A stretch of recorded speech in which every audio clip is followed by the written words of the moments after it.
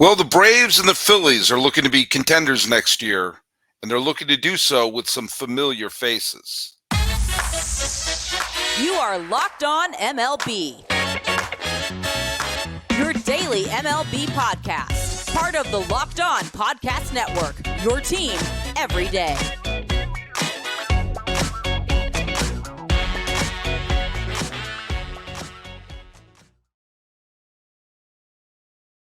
Hello, baseball fans. Welcome to Locked On MLB, part of the Locked On Podcast Network, where it's your team every day. This is the daily podcast. We talk about all of Major League Baseball. I am your host, Paul Francis Sullivan. Please call me Sully. I am an Emmy-nominated television producer who's been a baseball podcaster for well over a decade now, and I've finished 5 seasons and looking forward to number 6 here at the Locked On Podcast Network, where it's your team every day. Follow us on Locked On MLB Pods on Twitter or whatever it's called now. And Instagram, I'm your pal Sully. I'm at Sully Baseball on Twitter, Sully Baseball Podcast on Instagram. Be sure to subscribe here on YouTube for those of you who are watching my face. And make sure to link yourself so you can get notifications every time we do a brand new show. And if you do post either on the Twitterverse or on the Instagramverse or here in the YouTubes, make sure to put the hashtag EverydaySully so I know who is listening to us every single day. There's your Everyday Sully there. Hey, let's do a quick recap. Today, we are going to be talking about the fact that the Braves and the Phillies are doubling down and saying, hey, we're going to try to contend again with some very familiar faces. And both teams are, keeping their rosters together in, I think, a pretty fun way. Also, Zack Britton has called it a career. He's had a wonderful career and may bring up some debate about Hall of Fame candidacy for him and for 2 other potential Hall of Famers out there. One who's already on the ballot, who I think should be in. One is still active and will make a strange case for the Hall of Fame. And we honor 2 former first-round picks who started their careers off sort of disappointingly, but in the end, checked the boxes you would want to check for a great baseball life. Well, let's check one thing about a great baseball life, which is answering the trivia question. We talked a lot about the San Diego Padres in the last episode, and the question that I had was this. The Padres have won 1 World Series game in their entire history, and they've had a lot of great pitchers on their team, Hall of Famers, Cy Young winners left and right. The question was, what pitcher was credited with the only win for a San Diego Padres pitcher in World Series history? And John Murphy Jr. got it right. I think someone else got it right too, but there you go. I know John Murphy Jr. got it right. The answer was Andy Hawkins. Andy Hawkins, who actually came out of the bullpen to get the victory there. Hawkins later started Game 5 and got the loss in that game, but Hawkins came out of the bullpen to get the victory. And the interesting thing is the save, and there are some of the great bullpen closers of all time have played in San Diego. Raleigh Fingers played in San Diego. Trevor Hoffman played in San Diego. Rich Gossage was the closer on that San Diego team. But the only save in San Diego Padres history in the World Series was by Craig Lefferts. Go figure, Craig Lefferts. I remember Craig Lefferts mainly with San Francisco, and he would sprint from the bullpen to the mound. It was fun to watch. It is the winter time, so a lot of hot stove stuff is going on here. A few moves have gone around. The big one I'm going to bring up in just a second. A couple smaller ones. Brandon Woodruff, I mentioned earlier, was non-tendered by the Brewers. That should be interesting for someone who's building for 2025. The Braves traded away Kyle Wright, who just a few years ago looked like he was going to be a mainstay.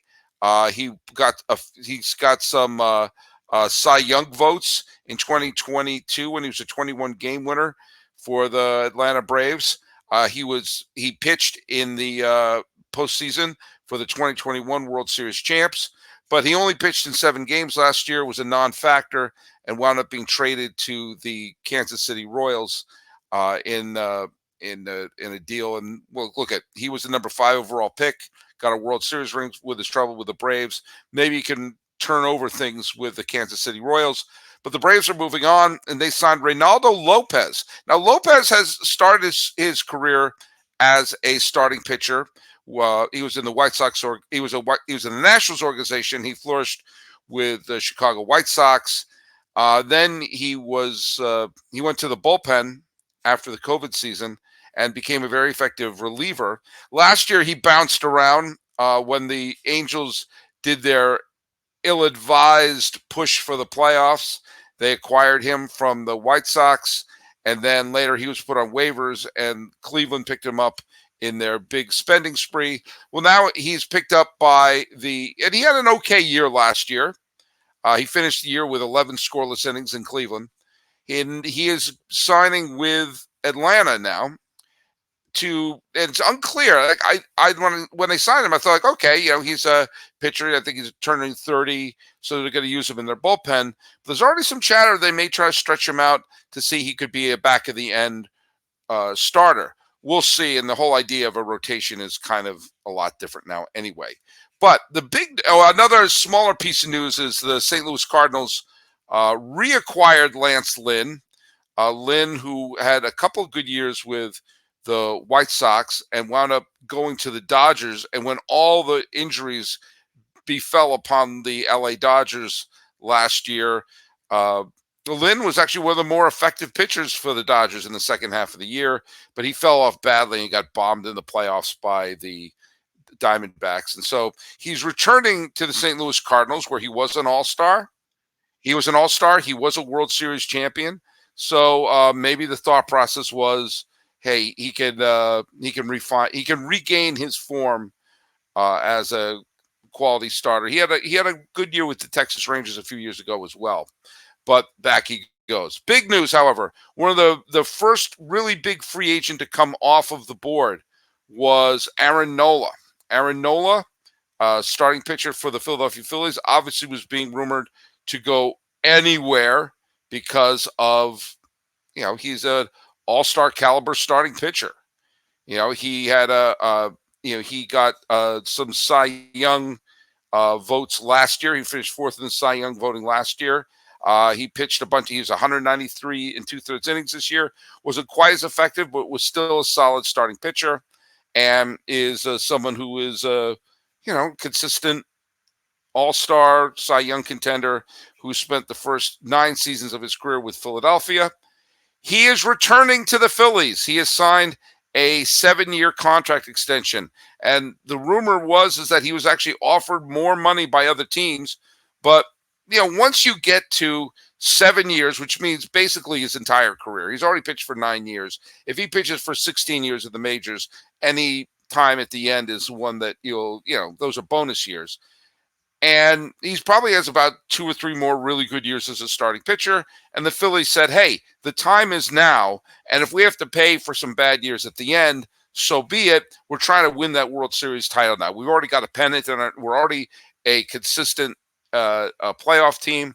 They were one rally away from getting Kyle Schwarber up there in Game 7. They got to Game 7 of the NLCS. Let's face it, a series they should have won. All due respect to the Arizona Diamondbacks, the Phillies were in complete control of that series, and they wet the bed. They didn't get the big hit in the final 2 games when the first 2 games looked like they could score at will. And the Phillies know the time is now. And so what are they doing? They are keeping their team together. They're signing players to long-term deals. And you take a look at their team, they have, I'm going to go right now to baseballreference.com, which, as we know, is the single greatest website in the history of the planet Earth. If you take a look at the fact that they are going into next year, if you're a Philadelphia Phillies fan, there is a genuine danger that if some of these players start to break down, there are some big long-term deals that they wouldn't be able to move. However, that if we have a window of opportunity that's going to be 2024 and 2025, if you're trying to win a World Series, you're trying to win the big kahuna and win the 3rd World Series championship in the history of the Philadelphia Phillies, the first since 2008, here are the players that are guaranteed on the team next year.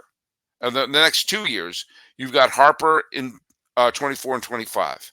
You got Trey Turner in 24 and 25. You've got Nola those 2 years. You've got Realmuto those 2 years. You got Castellanos those 2 years. You have Schwarber those 2 years.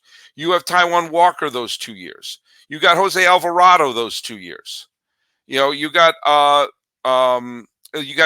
Sir Anthony Dominguez for those 2 years. Plus, you also know you have Suarez. You have Alec Boehm. You have Brandon Marsh. You got several other players who are not yet free agents, eligible for free agency.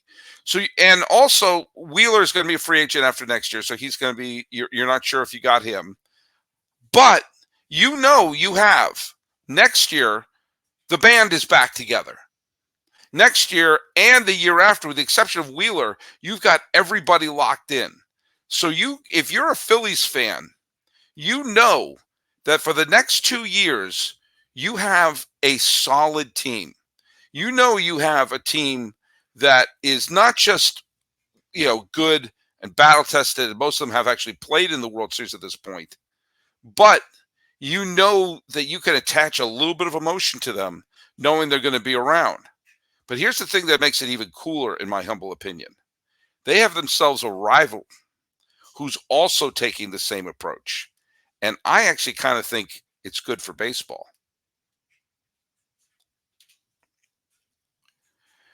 Well, we're talking baseball always at Locked On MLB, but we are in the midst of the football season. Let me tell you something. As the football season carries on and we're in the back nine of the year, it's the best time to go to FanDuel, America's #1 sportsbook. Now, if you've been thinking about joining FanDuel, it is absolutely the perfect time to do it. You get $150 in bonus bets with any winning $5 moneyline bet. That's $150 if your team wins. If you're thinking about joining FanDuel, do it now because the app is so easy to use. There's a wide range of betting options, including spreads, player props, over-unders, and more. So visit FanDuel.com/lockedon and get going on this NFL season.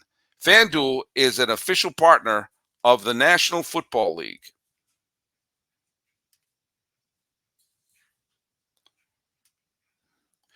Hey, Locked On fans, here's something you've got to know about.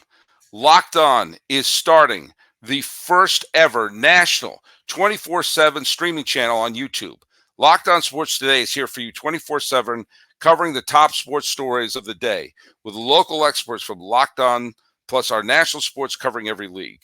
Go to Locked On Sports Today on YouTube and subscribe for the first ever national 24/7 streaming channel. Now, I've been praising the Philadelphia Phillies for keeping the band together, keeping the team all locked up.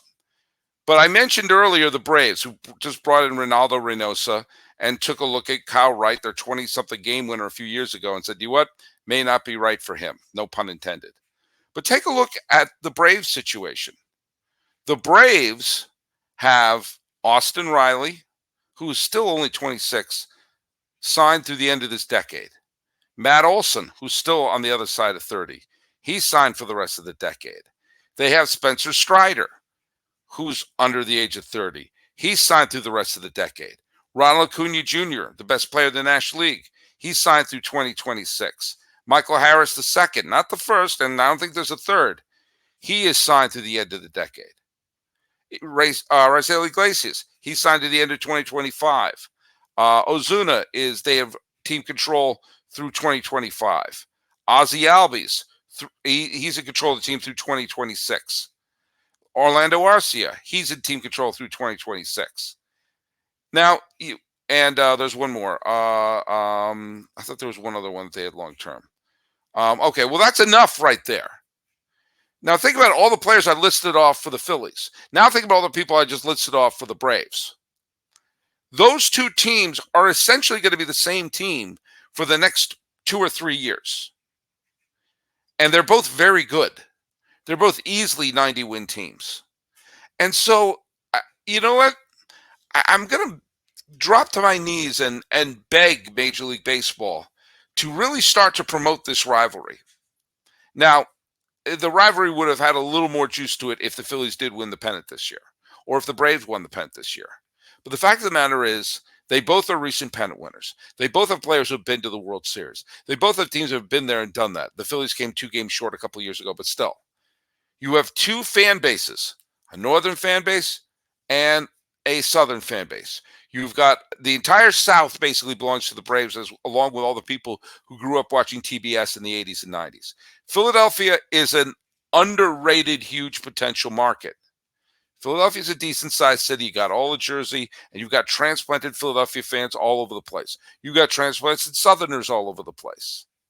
Remember how the Red Sox-Yankee rivalry, which of course is, runs deep and blah, blah, blah, blah, blah, but it made it for those games, those matchups were must-see TV, and it made it so they were larger than life. And yes, those two, the Red Sox and Yankees, seem to pull in a lot of stars from other teams, especially in the middle of their white-hot rivalry in the middle of the 2000s. We could potentially have that in the National League between Philadelphia and Atlanta. And that's a good thing. Rivalries are good. Having players stick around on the same team so you can create identity with them is good. Now, one of the things the Braves very smartly did, I know some people got on them for that. They signed some of their players to really long-term deals early. But you know what? That's smart for the team, and it might be smart for the players. Because, you could be a young player and say, like, oh, I'm going to wait till I hit free agency and really cash in then. Or you could be Kyle Wright. Kyle Wright, just 2 years ago, looked like, oh, geez, this is a potential Cy Young Award winner. And now he's just trying to, readjust his way to go to the Kansas City Royals. Baseball is not smart. Major League Baseball is not smart. We've seen that. We've established that. But it'd be nice if someone in marketing got off their butt and realized that, hey, there's a potential here. There's potential here for some, not only fun baseball, good baseball, players who are going to stick around. You can get attached to these players, but also cocky players. Flamboyant players, Acuna, Harper, Schwarber hitting those balls out to the moon. Albies playing with a flair. There's a way to play the game. Oh, put your head down and act like you've been there before, or have fun. These are players who seem to have a lot of fun. Remember fun? And these are 2 fan bases that have a lot of fun. And they've recently been in World Series. Focus on these teams. Create a sense of joy and intensity between these 2 teams within the same division who'll be elbowing each other in the face and may face off against each other for the 3rd straight year. Both of these teams are doing what you'd want your general managers and your ownership to do, which is we're keeping the good players together. You can get attached to these players if you're a Philadelphia fan or if you're an Atlanta fan. So market that. Let's get some excitement going there. I want to see that. I want to see it now.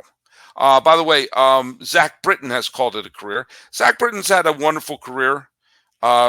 He has wound up pitching 12 seasons, mainly with the Baltimore Orioles, 8 years with the Orioles, 4 seasons with the Yankees. He only pitched in a handful of games in 2022.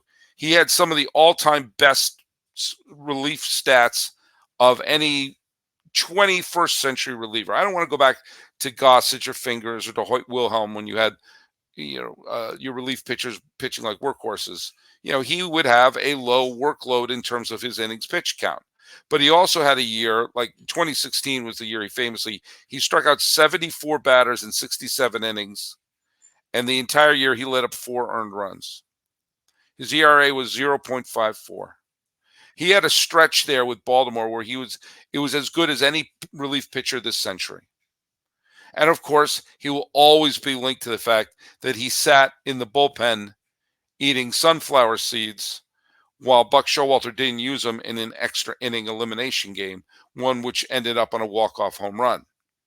Again, he could have led the walk-off home run. He also could have pitched 2 innings, and if they didn't score for him then, they would have to go into the bullpen. But I just have a little theory that if you're in an elimination playoff game, your season could end every time the pitcher lets go of the ball, and you don't use all your best pitchers. then that is an egregious managerial crime. You can't just have him sitting in the bullpen waiting for the save, especially when it's like, all right, if we're going to go down, let's go down with our fifth best. Britton had a great peak there. Not sure if it's a Hall of Fame career, but it's certainly a wonderful career. Billy Wagner is on the Hall of Fame ballot this year, and I think he did have one. I think he did add the length for it. And I think somewhere between Britton and Billy Wagner will land, our dear. I'm sorry. Why am I blanking on? Why am I blanking on our fella's name? Maybe this is a postseason, off season itis that I kept trying to say Zack Britton, Craig Kimbrell. Why couldn't I? Because I couldn't say Kimbrell because my brain kept saying Britton because I've been looking at Britton. So I could Zack Britton. No, Craig Britton. Britton was it Britton? I know there's a B in it. Oh my God! I think you know what? I think you may have to put me in the home. Craig Kimbrell is a weird sort of middle point between Billy Wagner, who I think is absolutely in the Hall of Fame, and Zack Britton, who I think had a wonderful career, but I think will fall just short. Kimbrell has had again, was known for not being brought in a critical game when he sat in the bullpen during the Braves postseason run in 2013. He's pitched 14 years. He's on the Phillies. Is he signed for next year? I'm actually not 100% sure. Let's go to Baseball Reference. No, he's a free agent. I doubt he's going to return to the Phillies because he wet the bed in the postseason, and that's a little bit of his legacy. He helped win the Red Sox won the World Series in 2018. But holy cats, was he horrible in the postseason to the point where they didn't even bring him in to close out the World Series. And he was rotten the next year in Chicago with the Cubs. He righted the ship with the Cubs in 2021, but then bombed horribly with the White Sox the next year. In the last couple of years, he's been, adequate. But at the beginning of his career, he was Cy Young caliber. So when his career winds down, it's going to be an interesting breakdown of him. I think he is the midway point between Zack Britton, who was a very good closer with a very high peak, and Billy Wagner, who I think is a Hall of Famer. These are the kind of debates I do like when it comes down to baseball in the Hall of Fame. It's a heck of a lot more fun than talking about other bad stuff.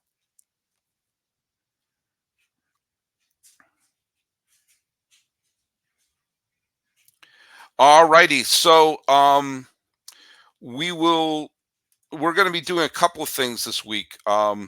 Vanessa Ivy Rose, who is the granddaughter of Turkey Stearns, the Hall of Famer whose head is sitting right behind me right there, is going to be a guest on our show on Turkey Day on Thanksgiving, where we talk about the wonderful podcast that she has been the host of, called Reclaimed, which is a wonderful show which you should be listening to. And we're going to be starting a new series during the off season called Alternate Reality Fridays. We're going to be talking about some of the what ifs in the history of baseball, how baseball could have zigged instead of zagged, if something could have been slightly different, how baseball history would have unfolded. And our first entry that is part of the discussion with Vanessa Ivy Rhodes about how baseball could have been integrated earlier than Jackie Robinson. We'll talk a little bit about that. Let's just also bring up the fact, happy birthday to Rick Monday and to JD Drew, two players who came in with tremendous fanfare into baseball, and in some people's eyes, I think was probably a disappointment in their career. But in the end, they wound up doing everything you would want to do as baseball stars. Rick Monday is the answer to a very specific trivia question, which was, who was the first selection in the first ever amateur draft? And the amateur draft began in 1965, and the Kansas City A's made their first selection, Rick Monday. And he was going to be the centerpiece star of the A's in Kansas City. He was a star at Arizona State University, and it did not take long for him to join the Kansas City A's. And he did make the All-Star team with the 1968 A's.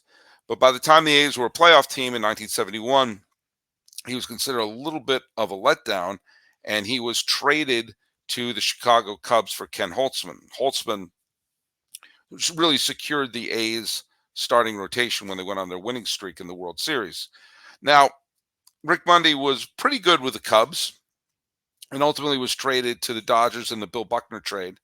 And he became an all-star with the Dodgers and became kind of a bit of a platoon player, a solid player, but his entire career was defined by a key home run in the league championship series, where his home run off of Steve Rogers in Game 5 of the 1981 National League Championship Series essentially sunk the Montreal Expos and led the Dodgers into the World Series, one that they would wind up winning. He would get his World Series ring for his troubles there. Now, it's also the birthday of another first-round pick. Now, again, someone you probably don't want to bring up to around Philadelphia fans, but J.D. Drew was the number 2 pick overall in the draft of 1997, and Drew sat out wanting a better contract, and he wound up signing with the independent St. Paul Saints, and entered the draft the next year, where he was drafted by the St. Louis Cardinals, the 5th overall. So he was looked upon as this greedy dude who did not sign. Made a lot of people hate Scott Boras. I don't understand the vitriol against Scott Boras. And Drew came up and was a good player, certainly put up some good numbers, but a hard time staying healthy. He found injuries in 2000, 2001, 2003, put up really good numbers when he was on the field, but he couldn't stay healthy. And eventually, the Cardinals traded him to the Atlanta Braves. Similar to the Rick Monday trade, how the trade wound up getting a pitcher to solidify a World Series champion rotation. The A's got Ken Holtzman. The Cardinals got Adam Wainwright, who was a minor leaguer in the Braves organization. Now, J.D. Drew was a free agent, was going to be a free agent after the 2004 season. His lone season in Atlanta, he stayed healthy and had a great all-around year and signed a big contract with the Dodgers and immediately got hurt. And he had an opt-out after his second year, which he did opt out. And I remember as a Red Sox fan, there were rumors he was going to be signed with the Red Sox. I did everything short of going to a church and lighting candles to say, don't sign J.D. Drew. Or if you do, you have to sign him to one-year deals because he only performs when he knows he's got a free agent deal coming up. And he signed with the Red Sox. He had a disappointing year. You know, it was not the all-star caliber player they were hoping for, and he was a bit of a letdown and certainly not a fan favorite. Now, he was going through a lot of personal things, including his son was very sick at the time. We didn't know that. We were just booing him because he was a big price, free agent who was bombing. But like Rick Monday, he hit a home run in the league championship series. His was a grand slam in the first inning of Game 6, which immediately put Cleveland on their heels and essentially led them to a World Series title. He was fabulous in the World Series. He was fabulous the next year. We made the All-Star team, was the All-Star Game MVP, and helped beat the Angels in the division series and got several huge hits to nearly beat Tampa Bay in that wild ALCS. So neither Rick Monday nor J.D. Drew became the Hall of Fame talents that you would think they would be, but they wound up being all-stars, MVP candidates, and World Series heroes for specific franchises. And for the franchises who drafted them, they wound up getting an ace in a World Series win in the deal. So in the end, with the exception of the Phillies, everyone was okay. So happy birthday, Rick Monday and J.D. Drew. And it's going to bring us to today's trivia question. Rick Monday was the first ever draft pick in the amateur draft. Who was the second pick in the 1965 draft? Who was the second player picked after Rick Monday? And he was picked by the Mets. That's all I'll say. Put your answers right down here in YouTube or at Locked On MLB Pods on Twitter and Instagram. I'm your pal Sully. I'm at Sully Baseball on Twitter, Sully Baseball Podcast on Instagram. Honoring the Phillies and the Braves and hoping it's the beginning of a rivalry that will last for years to come. This has been Locked On MLB for the 20th day of November 2023. I'm your host, Paul Francis Sullivan. Please call me Sully.